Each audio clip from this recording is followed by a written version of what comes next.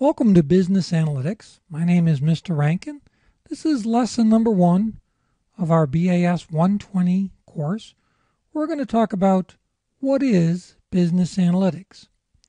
So first of all, let's go through some of the learning objectives that we look for in this first lesson. First, we want to be able to define what business analytics is. Next, we're going to explain and understand the importance of business analytics. We're going to talk about some of its applications. We're going to understand and talk about the different scope. And finally, we're going to talk a little about the evolution of business analytics and the current state of where it is today. So first, let's define it. Business analytics is the use of data, information technology, statistical analysis, quantitative methods, and mathematical or computer-based models to aid business managers to gain insights about their business operations. It's basically using data, turning it into useful information to help us gain insights and hopefully make better, more informed decisions. Now, why is it important? Well, we can show you in a minute. There's a strong relationship between business analytics, understanding your business and your data, and the profitability of the business, the revenue of the business, the return to shareholders of the business. It enhances our understanding of the data so we're making better decisions. It's vital to understand how the data is changing. So if there's changes in your industry, you remain in the forefront and you remain competitive. It also enables the creation of excellent information communication and reporting capabilities. Now, just some examples of why it's so important. In a recent survey by Business Week's Research Services, 83% of all executives agreed that the importance of using information effectively to run their business, and this is the key word, has never been greater. They didn't say it was important. 83% of them said it's never been more important. So let's understand what's going on here. First of all, there's been what's called a tsunami of data. The amount of data has just grown exponentially. Some people say it doubles every 2 to 3 years. But I like what Eric Schmidt, the CEO of Google, said. He said every 2 days, we now create as much information as we did from the dawn of civilization up until the year 2003. So basically, today, in 2 days, we're creating what used to take us 8,000 years to create.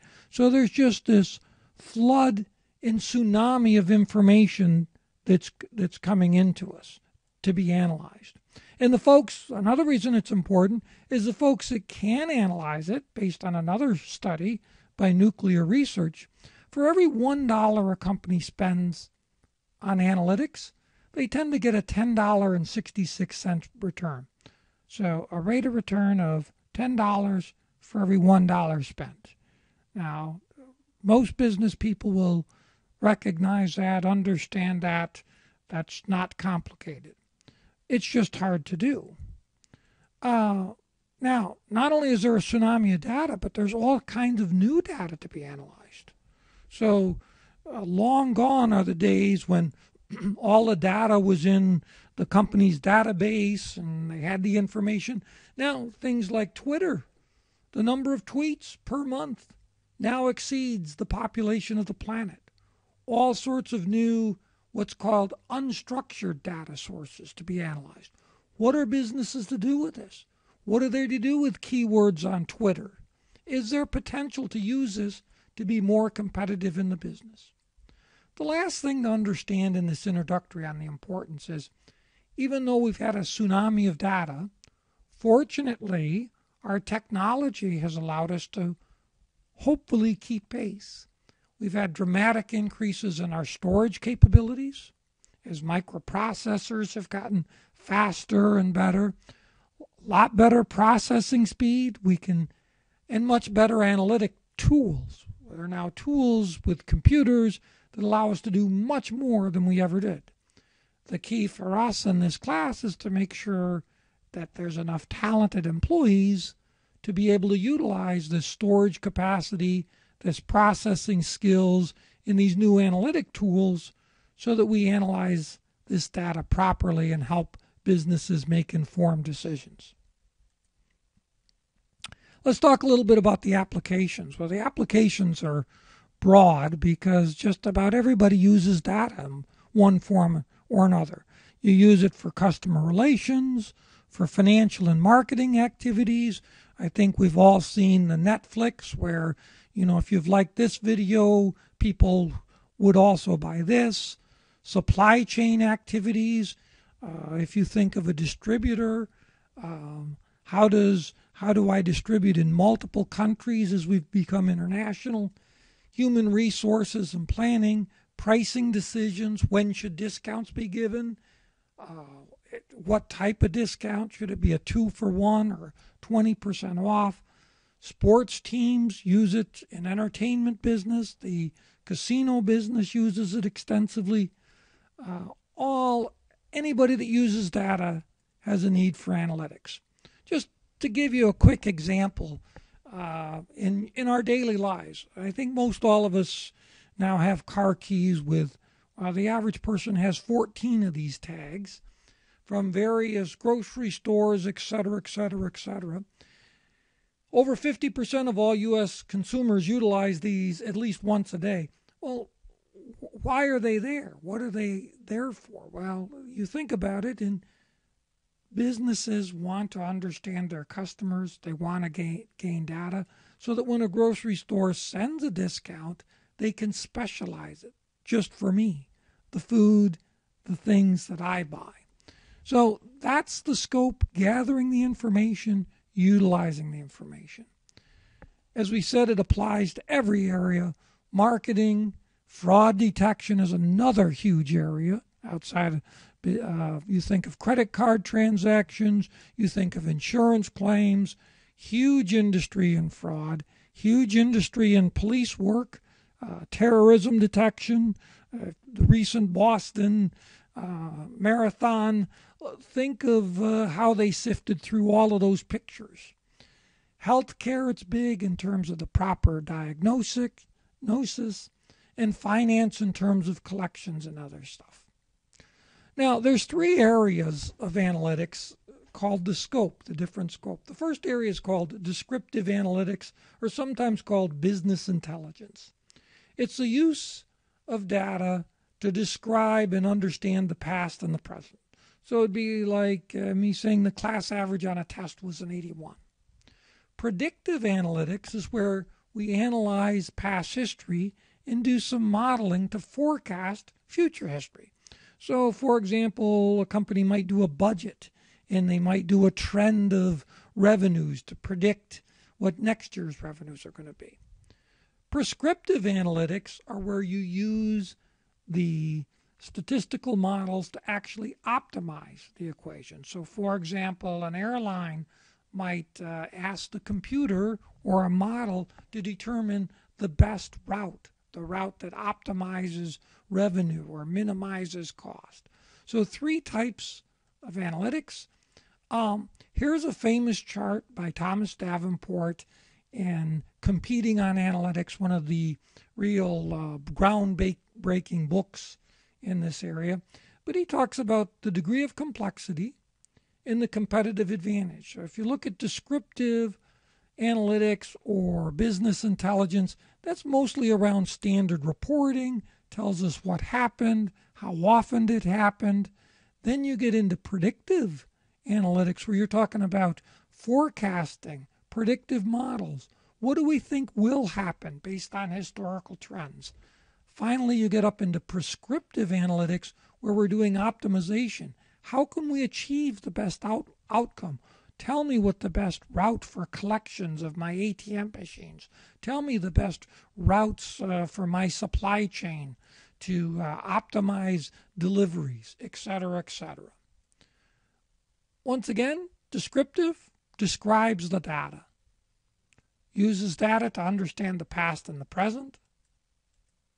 Predictive, analysis of past performance, used to forecast the future. Again, an example might be sales calls to customers who've made recent purchases, right? It might indicate, the analysis might indicate that these customers are far more likely to do additional purchases versus customers we've not visited in a long time. It's using historical data to predict the future. Finally, we have prescriptive analytics, used optimization techniques, analysis of what should be done, right? Use data to arrive at a mathematical model, what route, what ATM machines, etc.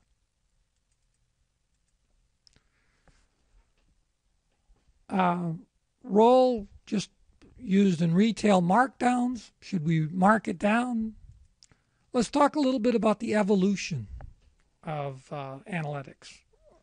I've put here a couple things on the historical trends of the printing press, in part to give you a time of how rapidly things are changing now. 300 years later, we had the telephone. Then 100 years later, we had the television. And then in the early 1940s, we had the advent of the computer, which was really the first thing that gave us the ability to do analysis on large amounts of data. And it was actually critical in World War II. I'm not going to go into all the details, but it was used extensively. Operations research was kind of the founder of business analytics, and it was used extensively in World War II.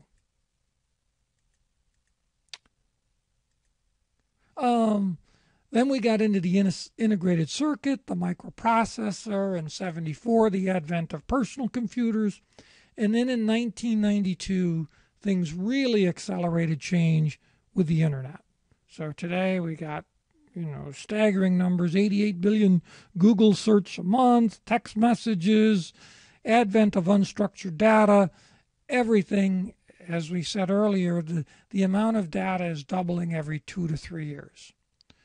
So I want to finish up this introductory with an evolution of where do we stand today? And the source for this is a SAS report, one of the leaders in business analytics, on the current state of business analytics.